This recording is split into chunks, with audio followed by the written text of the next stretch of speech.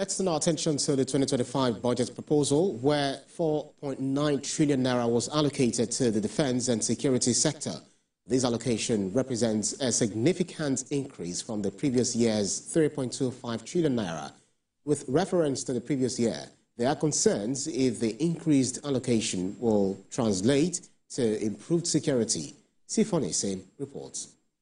Nigeria's defense and security sector consistently receives one of the highest allocations in the federal budget. For 2024, this sector was allocated 3.25 trillion naira, representing 12% of the total budget.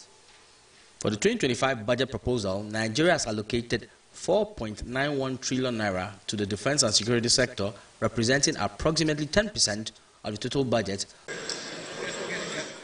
This significant allocation is likely due to the country's ongoing efforts to address security challenges. The question is, have the consistent increases in the allocation to defense and security resulted in improved security? Proposes the security budget keeps going up, but the outcome in terms of proper security in the country is not really being felt.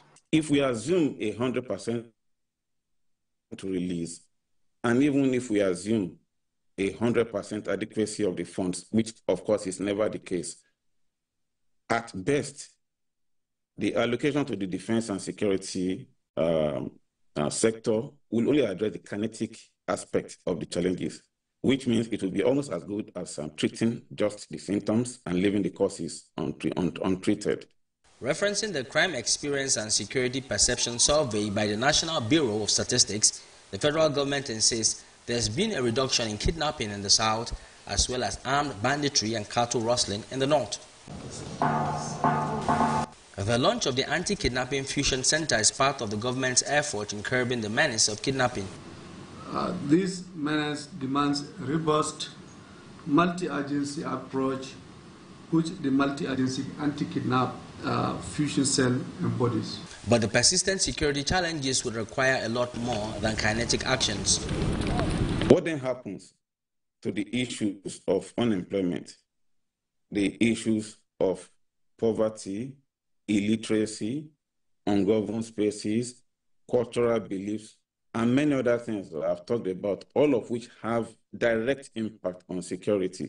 Yes, we have increased budgetary allocation, and as long as the other aspects are also being addressed, certainly you have a positive impact on security, but not being equally addressed, then we might not have the desired result. And that might have been part of what's been happening over the past few years. To translate the increased budget into improved security, experts advocate that the country must ensure transparency and accountability in funds allocation and utilization, as well as invest in non-military measures like education, infrastructure, and community engagement to address root causes of insecurity. In the first place, there needs to be accountability guardrails. As in Nigeria, one of the things that will first of all hit you is how security is a black hole. In the sense that if you pour more money into security spaces, it's definitely harder to account for it than pouring money into other critical sectors. And it's very, very normal. You hear things like, we need to buy this, we need to purchase this equipment, we need to buy this weapon and the likes. But there is no accountability for a lot of these things. A lot of these purchases that go into the security space. As the 2025 budget proposal goes through the legislative process, there are hiding calls for the utilization of the eventually allocated funds to align with spending in clear, well-articulated manner. Sifon Asian, TVC News, Abuja.